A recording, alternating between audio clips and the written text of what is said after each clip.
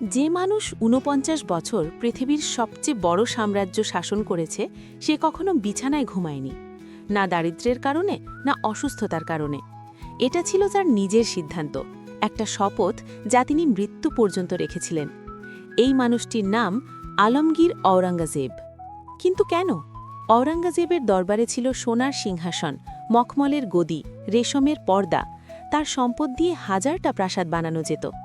কিন্তু রাতে তিনি শুতেন মাটিতে, একটা সাদা চাদর বিছিয়ে। কোনো বালিশ নেই, কোনো গদি নেই, শুধু মাটি আর একটা চাদর। হিন্দুস্তানের সম্রাট, যার ছায়ায় ১৫০ মিলিয়ন মানুষ বাস করত। অথচ রাতে তিনি একজন সাধারণ মানুষের চেয়েও কম নিয়ে ঘুমোতেন।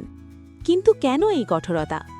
ঔরঙ্গজেবের নিজের লেখা চিঠি ও দরবারের রেকর্ড বলছে তিনি বিশ্বাস করতেন বিলাসিতা মানুষের আত্মাকে দুর্বল করে দেয়। তাই তিনি রাজকীয় পোশাক পরতেন না, নিজে টুপি সেলাই করে বিক্রি করতেন। নিজে কোরআন নকল করে সেই অর্থ দিয়ে নিজের কবর বানিয়েছিলেন। মৃত্যুর সময় তার কাছে ছিল মাত্র কয়েক টাকা, বিশ্বের ধনীতম সম্রাটের। ৮৮ বছর বয়সে মৃত্যু, জীবনের শেষ নিঃশ্বাস পর্যন্ত মাটিতে ঘুমিয়েছেন। কিন্তু এই কঠোরতার পেছনে যে চমকটা লুকিয়ে আছে সেটা ইতিহাস ভুলে গেছে। এই মাটিতে ঘুমানোর অভ্যেসই তাকে অপরাজেয় করেছিল।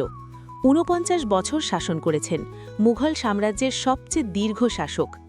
৮৮ বছর বয়সেও নিজে সেনাবাহিনীর সামনে দাঁড়িয়ে যুদ্ধ পরিচালনা করেছেন। যে রাজারা বিলাসিতায় ডুবেছিলেন তারা তরুণ বয়সেই ক্ষমতা হারিয়েছেন। আর যে মাটিতে শুয়েছেন সেই মাটি তাকে দিয়েছে লোহার শরীর আর ইস্পাতের মন। বিলাসিতা আরাম দেয়, কিন্তু কঠোরতা দেয় শক্তি।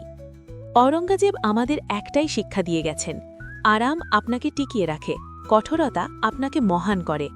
আজ থেকে একটাই কাজ করুন, প্রতিদিন একটা ছোট কষ্ট নিজে থেকে বেছে নিন।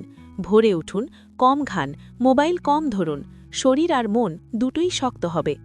যে মানুষ ৪৯ বছর পৃথিবী শাসন করেছে সে মাটিতে ঘুমিয়েছে। আপনি কতটুকু ছেড়ে দিতে পারবেন?